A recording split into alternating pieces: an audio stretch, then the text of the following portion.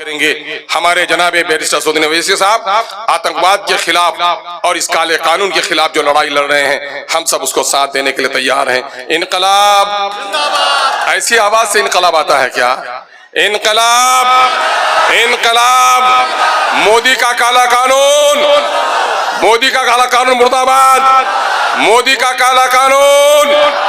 जनाबे barrister Saudi Owaisi साहब, हिंदू मुस्लिम इत्तेहाद, रंजीत राणा, ढाका की सरजमीन, बहुत बहुत शुक्रिया, सलाम आते हैं। न राजपूत का बेटा मुसलमान हो जाता है, न मुसलमान के बेटे का ईमान गायब होता है, क्योंकि हमारा यकीन यही है ये कि ईश्वर के सब इंसान हैं। यही नहीं, कोई दलित का बच्चा है तो आओ मेरे साथ खाओ, झूठा पानी पियो, बैरिस्टर सऊदी भी पिएगा, मैं भी पीऊंगा, मेरा ईमान नहीं जाएगा। खुदा की कसम, ए मेरे गैर मुस्लिम भाइयों, शायद आप में से कुछ लोग हमें नहीं पहचानते, खुदा की कसम मैं तुझे पहचानता हूँ, तुम कोई और नहीं हो, तुम्हारा मजहबी अमल कुछ हो सकता है, खुदा की कसम तुम उसी माँ की औलाद हो जिसकी औलाद हम हैं। इसलिए इस पैगाम को लेकर के हम उठे, इस पैगाम को लेकर हम लड़ाई लड़ रहे हैं। और यही वजह है कि बिहार की जालिम ताकतें, जिन लोगों ने अपने आप को सेकुलर कहा, उन्होंने गरीबों का शोषण और दोहन किया, जाति के नाम पर लोगों को लड़ाया, कमजोर जात की बात उठाकर गद्दी तो हासिल कर ली, लेकिन कमजोर तबकात को उसे इंसाफ नहीं दिया। आज मैं आपको बताना चाहता हूं कि नीतीश कुमार, जिसने खंजर घोपा हमारे सीने में, ये बेगैरत जो उनकी पार्टियों में है, ऐ बेगैरतों, अगर तुम्हारे सामने में तुम्हारी माँ को गाली दी जाए, तुम्हारे बाप को गाली दिया जाए, तो अगर गैरतमंद बेटा है तो कभी बर्दाश्त नहीं कर सकता, लेकिन तुम्हारी मस्जिदों के खिलाफ जो कानून बनाता है, तुम उसकी दस्तरखान से नवाला उठाते हो, तो तुमसे ज्यादा बेजमीर भी कोई इंसान नहीं हो सकता।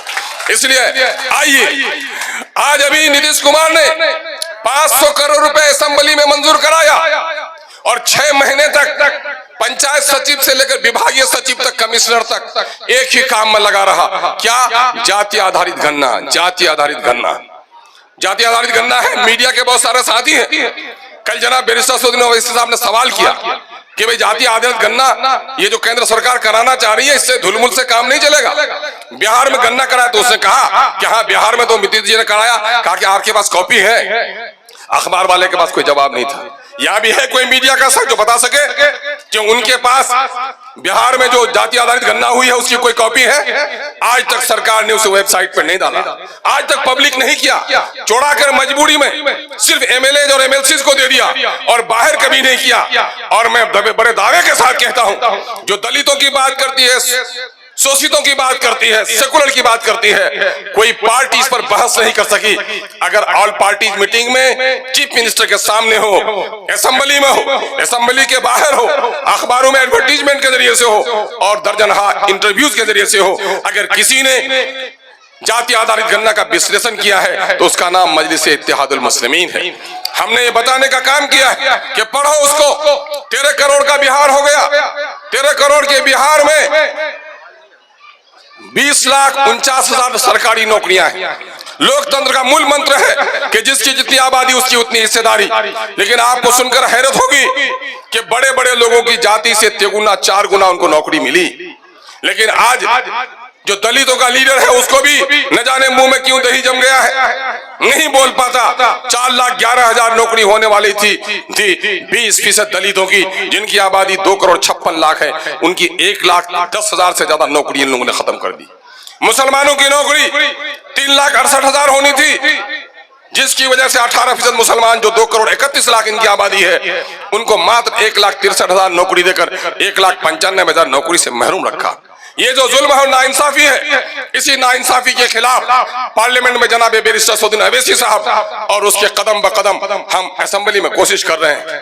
बड़ी मेहरबानी होगी कि अगर आपने इस इलाके से जनाब भाई रंजीत राणा साहब के बाजू को मजबूत किया, यकीन जानिए कि बत्तख और गांधी दोनों मिलकर हिंदुस्तान के जालिमों के खिलाफ लड़ेगा।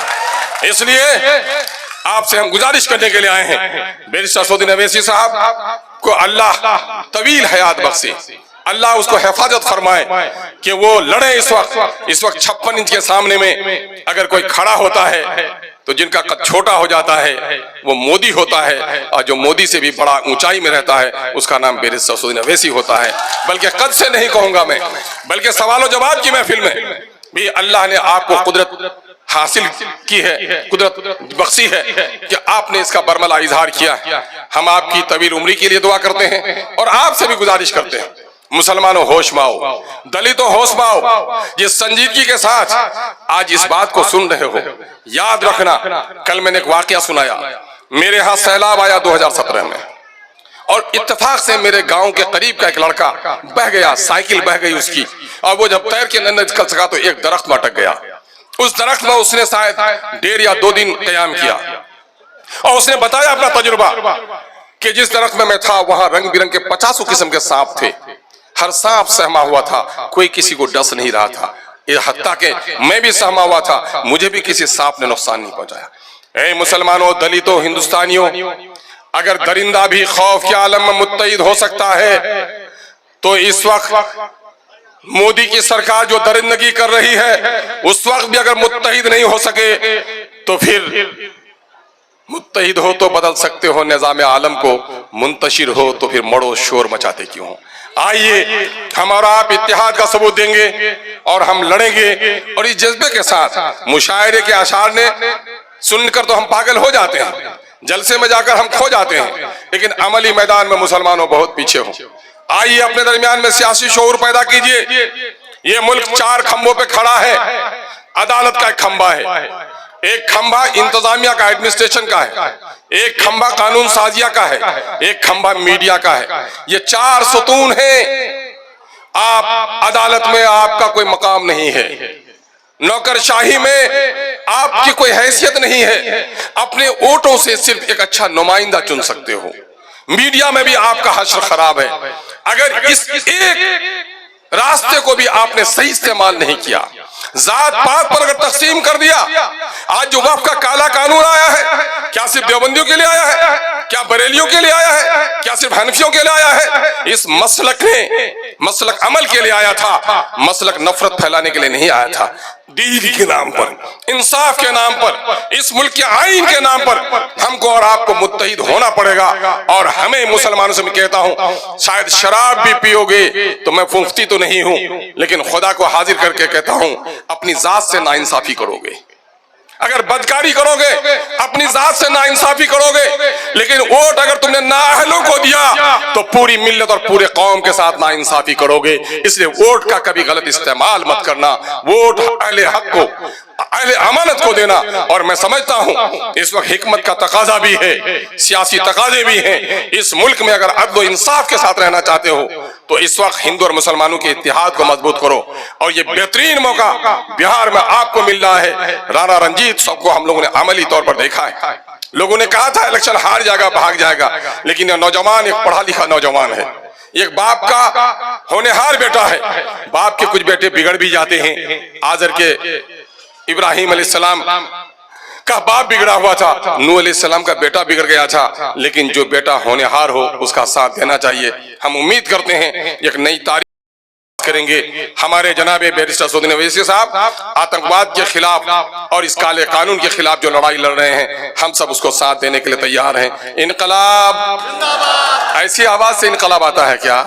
इनकलाब, इनकलाब, मोदी का काला कानून, मोदी का काला कानून मुर्दाबाद, मोदी का काला कानून। जनाबे बैरिस्टर सऊदी अवैसी साहब, हिंदू मुस्लिम इत्तेहाद, रंजीत राणा, ढाका की सरजमीन, बहुत बहुत शुक्रिया, सलामत। भाई जनाबे रंजीत राणा साहब के गार्जियन समान जनाबे उद्धव सिंह साहब, आज के इस बज़्म के बहुत ही बेहतरीन नाजिम जनाबे भाई डॉक्टर समीमुल हक साहब, फजलुल हक साहब, वो भाई इंजमामुल हक साहब, अजीजी डॉक्टर आसिफ साहब, मुजफ्फरपुर के साथी हमारे भाई मुकीम साहब, जितेंद्र जी, मिसबाउल हक साहब, भाई परवेज साहब और पार्टी के दिगर साथियों। धूप की तमाज़त भी बहुत है और ऐसे वक्त पे लोगों को परेशान होना चाहिए था। मुझे खुशी है कि आप धूप की तमाज़त से परेशान जरूर हैं, लेकिन आपका चेहरा जितना हसास और बस्सास है और आपके पेशानी पे जो उम्मीद और मोहब्बत की लकीरें हैं, वो इस बात की दलील है कि आप सारे दुख को बर्दाश्त कर सकते हैं, लेकिन अपने लीडर की आवाज पर कभी पीछे नहीं हट सकते हैं। आपने इस वक्त यहाँ पर एक बार इलेक्शन के जमाने में जनाब बैरिस्टर असदुद्दीन अवैसी साहब को यहाँ आना था। कुछ इलेक्शन के जमाने की तकनीकी दुश्वारी हो गई, जिसकी बिना पर वो नहीं आ सके। पिछले दिनों में हैदराबाद जब जाना हुआ तो भाई राणा रंजीत साहब की बड़ी गुजारिश थी कि हमारे ढाका के लोग बहुत इंतजार कर रहे हैं। मैंने जब जनाब वाला के सामने में वक्फ के इस काले कानून को, जिनको लेकर पूरे मुल्क की मिल्ली तंजीमें और सेकुलर लोग लड़ाई लड़ रहे हैं, मुस्लिम पर्सनल लॉ के बैनर तले तमाम तर मिल्ली तंजीमें मुत्तहिद हो गई हैं और उस ताकत को तवानाई बख्शने में जनाब बैरिस्टर असदुद्दीन अवैसी साहब ने बड़ा पेशरफ्त किया है। इसलिए हम लोग ये ख्वाहिश थी कि वो पूर्णिया किशनगंज आए। जनाब वाला ने हाँ कह दिया और ऐसे मौके से भाई रंजीत राणा साहब का मुतालबा हुआ कि सर अगर वहां आते हैं तो हमारे इस सरजमीन पर भी आना लाजिम होगा। उनकी फरियाद और उनकी गुजारिश थी। हर जन के इस वक्त जनाब बैरिस्टर असदुद्दीन अवैसी साहब का मुल्क गिर दौरा हो रहा है।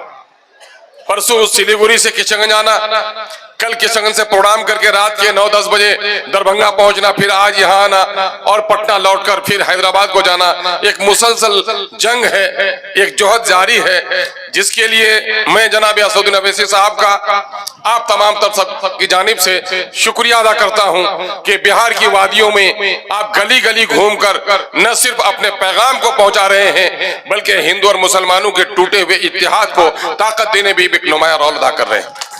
मुझे बड़ी खुशी हो रही है कहते हुए कि आपको तो यह तारीख याद है कि गांधी को जब जहर दिया जा रहा था तो बत्तख खान ने सजा कबूल कर ली, लेकिन गांधी को मरने नहीं दिया।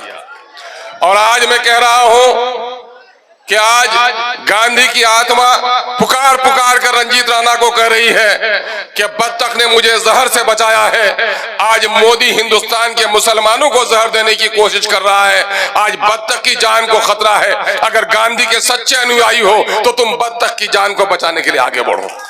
और यही वजह है कि आज यहाँ पर आपकी मौजूदगी देख रहा हूं। मेरे भाइयों, जो कुछ सरहद के मासूम लोगों पर, जिसको जलसे का उन्वान भी दिया है आतंकवाद के खिलाफ जिहाद, मासूम भारतीयों पर, मासूम इंसानों पर जिस बेईमाना तौर पर उनका कत्ल हुआ है, हर शरीफ नफ्स इंसान उसकी मजम्मत किए बगैर नहीं रह सकता।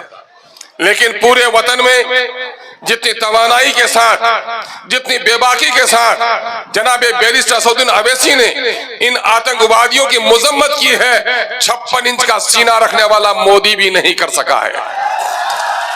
ये छोटे गर्दन का कोता कद इंसान जो अपने आप को बड़ा तांत्रिक कहता है, अमित शाह भी नहीं कर सका है, जिस बुलंद आवाज से जनाब बैरिस्टर असदुद्दीन अवैसी। महलों में जो नाचेगी कभी उसे रानी न लिखा जाएगा। नफरत है फितरत तेरी, जुल्म है आदत तेरी, याद रखे मोदी तारीख में जालिम को जालिम लिखा जाएगा, कभी आदिल न लिखा जाएगा। सरजमीने शिवहर के ढाका के इस खेल मैदान में आज के इस तारीख साज इनकलाबी इत्तिहादी एहतजाजी जलसा बउनवान आतंकवाद के खिलाफ अवैसी का जिहाद और हिंदू मुसलमानों का पाकीज़ा इत्तिहाद, और उसके साथ ही वक्फ के काले कानून, वक्फ के बातिल कानून, आईने हिंद को तोड़ने और मरोड़ने की नापाक साजिश के खिलाफ आज के इस बावकार जलसे के सदर, हम सबों के महबूब नजर,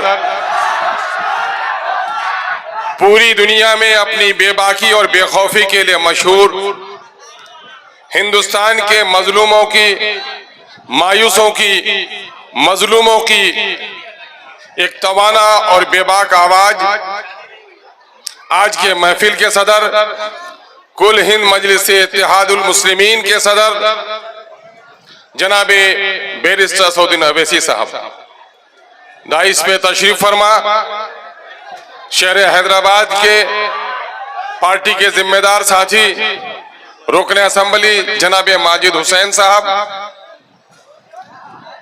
अभी अभी पार्टी में पूरे अज़्म और इरादे के साथ शामिल होने वाले बहादुरगंज के साबिक एमएलए जनाबे भाई तौसीफ आलम साहब और आज के इस बज़्म के सिपे सालार या बज़्म का दूल्हा, आप सबों का महबूब और मकबूल लीडर, पार्टी का बहुत ही प्यारा, वफादार और वेल डिसिप्लिन लीडर, सीताराम बाबू के आदर्शों पर चलने वाला उनका आदर्श पुरुष बेटा जनाबे राणा रंजीत साहब डाइस पे तशरीफ फरमा, पार्टी के कौमी तर्जुमान जनाबे भाई आदिल हसन एडवोकेट साहब, अजीजी वकार सिद्दीकी साहब, पार्टी के जिला सदर जनाबे भाई नसीम अख्तर साहब, सीमांचल के मशहूर आलिम दीन मुफ्ती अतर जावेद कासमी साहब, इंसानों का कत्ल के बराबर है और अगर किसी एक मासूम की कोई जान बचाता है तो रसूल रहमत ने हमें यह सिखाया है कि वो पूरी इंसानियत को बचाने के मुतरादिफ है। जो कुछ भी वहां हुआ है हम उसकी मजम्मत करते हैं और उन मजलूम और मगमूम खानदान के साथ हम अकीदतमंदाना इजहार गम करते हैं। दूसरी तरफ